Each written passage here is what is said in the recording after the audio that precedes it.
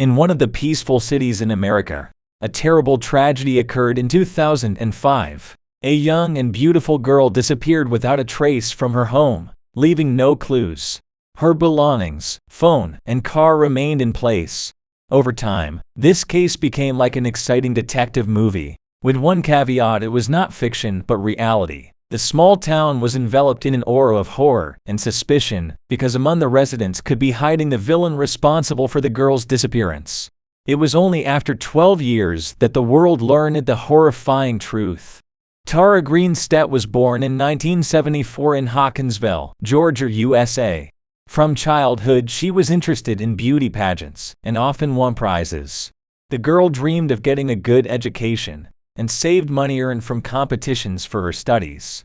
After successfully completing college, Tara continued her education and obtained a master's degree in pedagogy. Her dream came true when she got a job as a history teacher at a middle school in the small town of Ocilla, Georgia. This cozy town served as an example of calm and peaceful life in low-rise America. Its inhabitants, numbering only about 4,000 people, formed a close-knit community familiar with each other. None of them could imagine that something terrible could happen in Ocilla. Tara Grinstead taught at the local school for several years and earned herself a reputation as an excellent teacher and wonderful person. She stood out for her kindness and sociability. She was always ready to help and support. In October 2005, her help proved particularly useful to her students who were preparing to participate in a beauty contest held in their town. Tara herself had experience performing at such contests and even won prizes, so the girls greatly valued her advice and guidance. On Saturday, October 22nd, Tara spent the day with her students helping them with final preparations for the competition. After that, she went on a picnic with her old friends from school and returned home late in the evening, leaving her car under the canopy near the house. From that moment on, Tara disappeared from radar. No one could reach her. Her mother, who lived in another town, was especially worried. Her daughter always answered calls or at least called back, but this time the phone remained silent. On Monday, October 24th, the alarm reached its limit when Tara did not show up for work. It was completely unlike her. The girl valued her job and never missed it without a valid reason. She would have definitely informed her boss if she needed to take time off. Tara's acquaintances turned to the police chief, Billy Hancock, and asked him to find out what happened to the woman. At 10 a.m. on the same day, he hurried to her house. The policeman thought that Tara's phone had simply died, or she herself either fell ill or didn't hear the alarm. When Billy arrived at Tara's house, he saw her car in its usual place under the canopy. The doors were open, but this did not arouse his suspicions.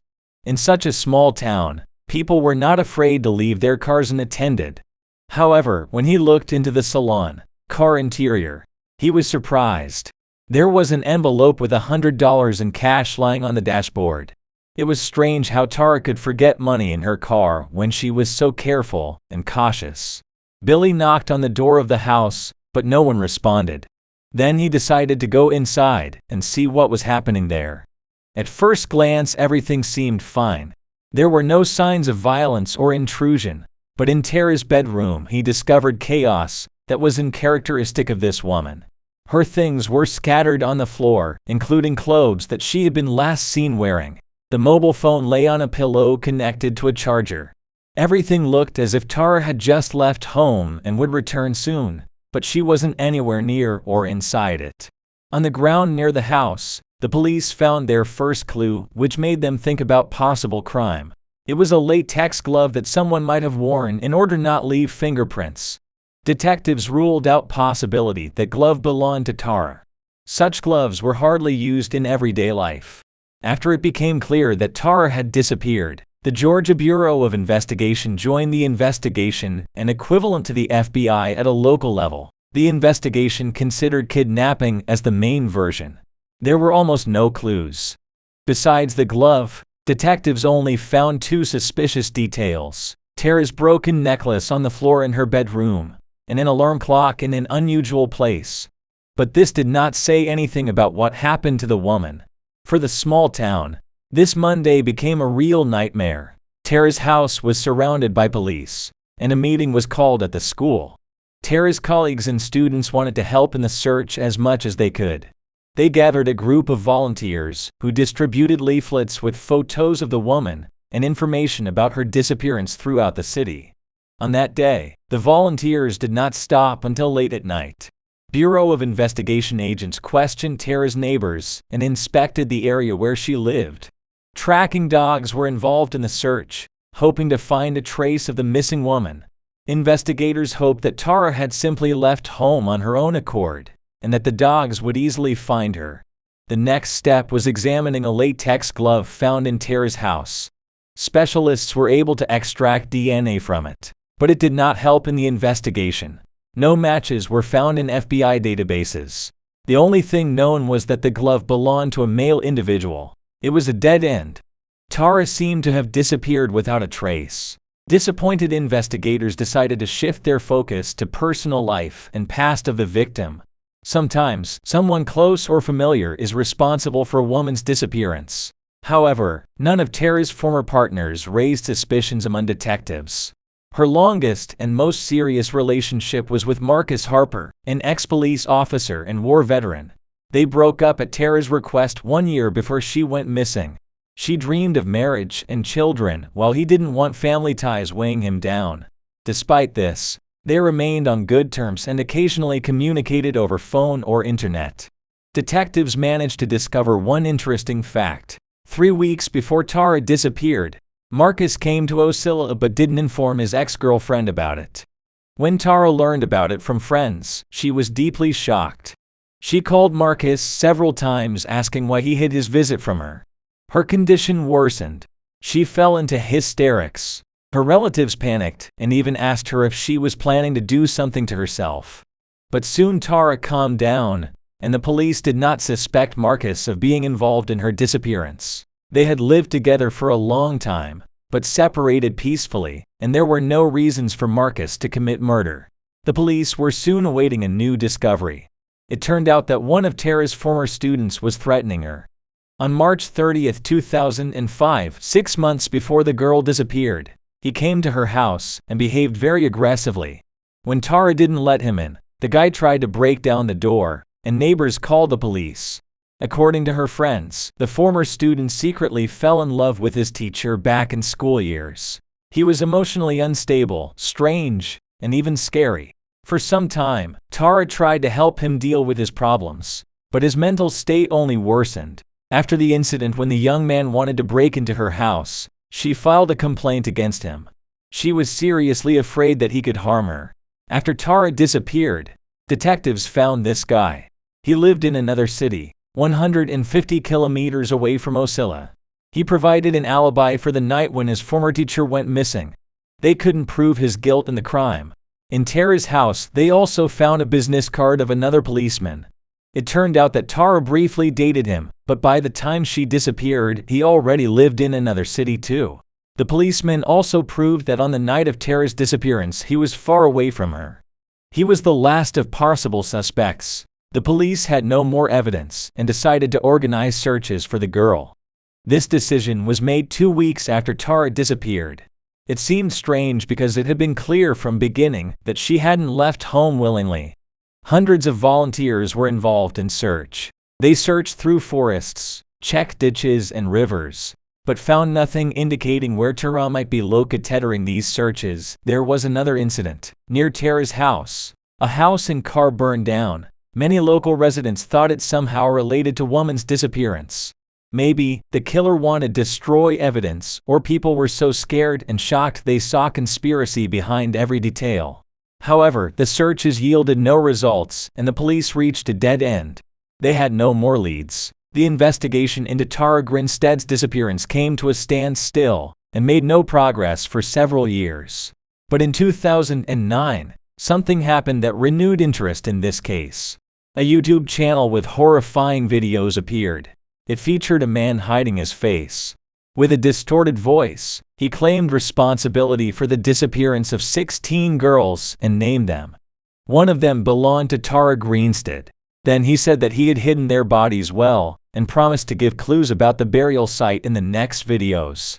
The police immediately analyzed this video and discovered that all 16 names indeed corresponded to women who had disappeared without a trace.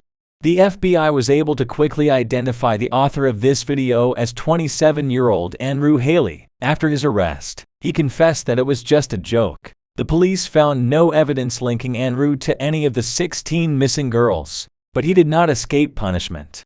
He was sentenced to 2 years of forced labor and 13 years on probation for perjury and tampering with evidence. The police could not find any new clues in Tara Grinstead's disappearance case, and the court was forced to declare her dead in December 2010. This case became archived. Years passed, but the residents of Ocilla did not forget about Tara Grinstead. She remained in their memory, but not in their conversations. The topic of her disappearance became taboo for local residents. They were afraid and didn't trust each other anymore. The town changed for the worse.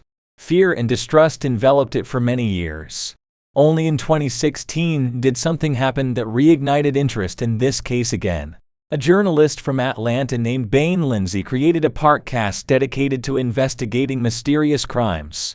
For its first episode, he chose Tara Grinstead's case. He came to Ocilla with his partner investigator Morris Goodwin. They decided to start from scratch and get to the bottom of this case.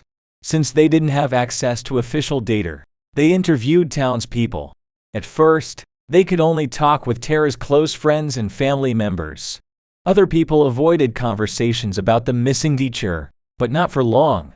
Lindsay's enthusiasm managed to arouse curiosity about this case, and soon the residents of Ocilla started talking about Tara again. Lindsay and Morris never gave up hope of solving this mystery. They investigated 3 potential suspects: Tara's former lovers and a student who attempted to break into her house. Along the way, they met with anyone who might know something useful. They were so absorbed in this case that sometimes it seemed like they had almost found the answer. One day Lindsay received a call from a stranger who advised her to search for a body on Tara's property. The police followed this advice.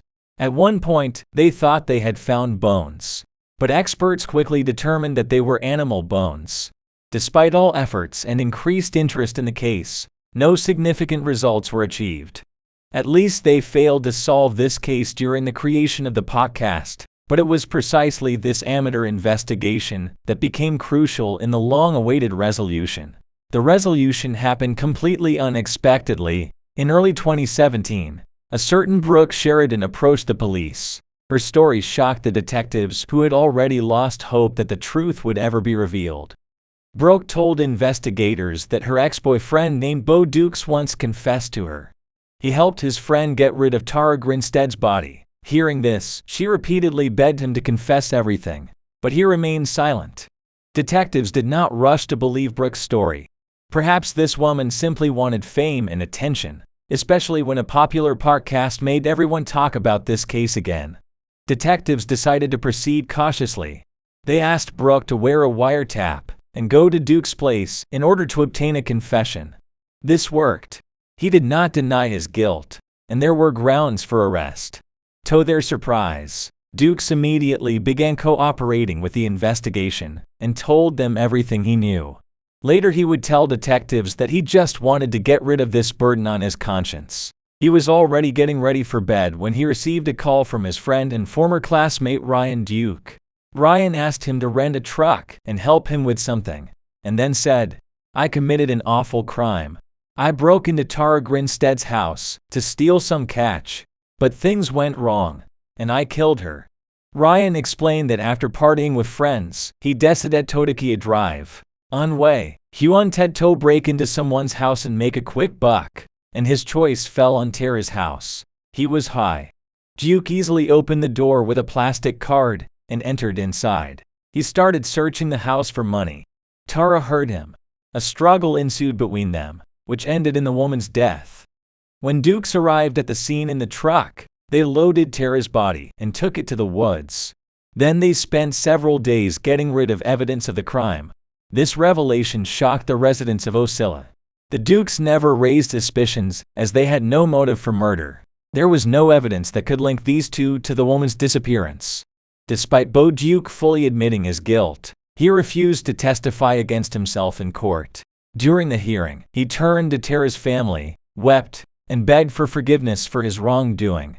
Dukes served in the army, was a veteran with many awards, but the court was relentless. 25 years of imprisonment for aiding and abetting a crime concealment.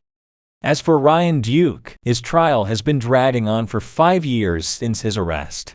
Much of this is thanks to lawyers who use various tricks to delay the inevitable. No one doubts that Ryan will have to serve time in prison, but when the court finally delivers its verdict, remains a mystery. Now that the secret about this high-profile case has been revealed, Tara Grinstead's friends and family felt relief. Her mother admitted that all these years deep down she had been waiting for a miracle, her daughter returning alive and well. Unfortunately, reality proved cruel, merciless, and ruthless. At least now the whole world knows the truth about what happened in that small town back in 2005.